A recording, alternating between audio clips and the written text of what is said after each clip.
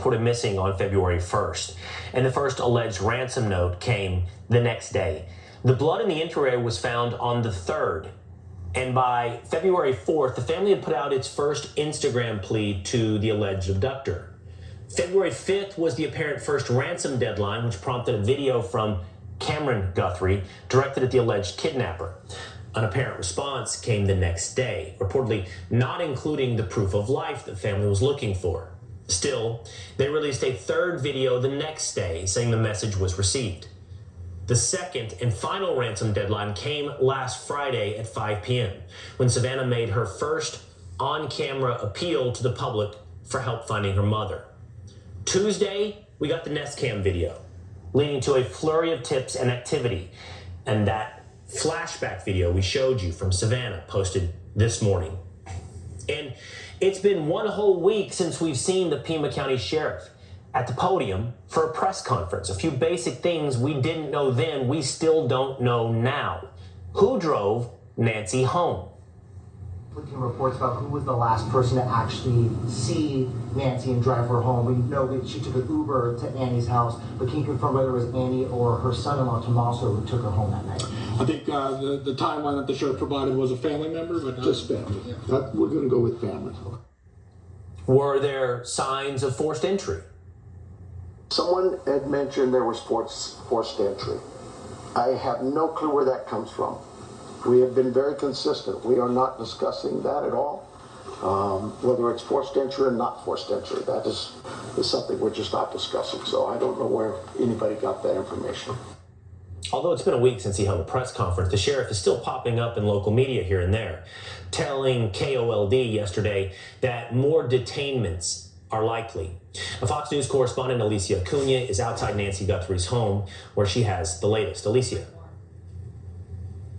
Hi, Willie. Investigators appear to be casting yet another wide net. Just a few hours ago, the Pima County Sheriff's Department sent an alert to Ring and Neighbor apps, alerting folks who live around here that they need their help. And the Sheriff's Department did provide a copy to us. I can read you a quote from it. It reads in part, "We are requesting all video footage that includes vehicles, vehicle traffic, people, pedestrians, and anything you deem out of the ordinary or important to our investigation from January 1st, 2026 through February 2nd, 2026, which is 2 days after anyone saw Nancy Guthrie." The message includes a map of where they want this footage from and what neighborhoods received it. It's a 2-mile radius around Nancy Guthrie's property. This morning, investigators put this white tent up around Nancy's front door area. They were on site for about an hour. A lot of activity going in and out of the tent. One FBI expert told Fox Digital they recognized forensic equipment being used. And if you look closely here, you mentioned this, one of our team members zoomed in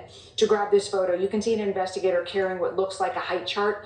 All of this comes on the heels of the FBI releasing that Nest Cam footage and images 2 days ago of this individual at Nancy's front door. Investigators now able to get a better idea of how tall this person is to narrow in on any potential suspects. And around 2 o'clock this morning, the sheriff's forensics team was searching in the brush not far from this house. So while we have a lot of activity on the ground, it's not slowing down. Things are continuing to move, but still no sign of Nancy Guthrie, no suspects named, and no persons of interest. Well, all right, thank you, Alicia Acuna. Joining me now is international private investigator Jay Armas III and forensic psychologist Dr. John De La Torre. Thank you both for being with us here today.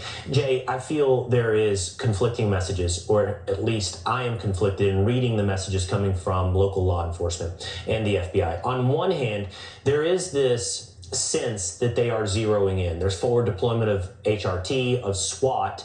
There is some sense that they have leads that might be pointing them in some very limited directions. On the other hand, they're canvassing video from a month and a half long period, suggesting that the investigation is still wide open.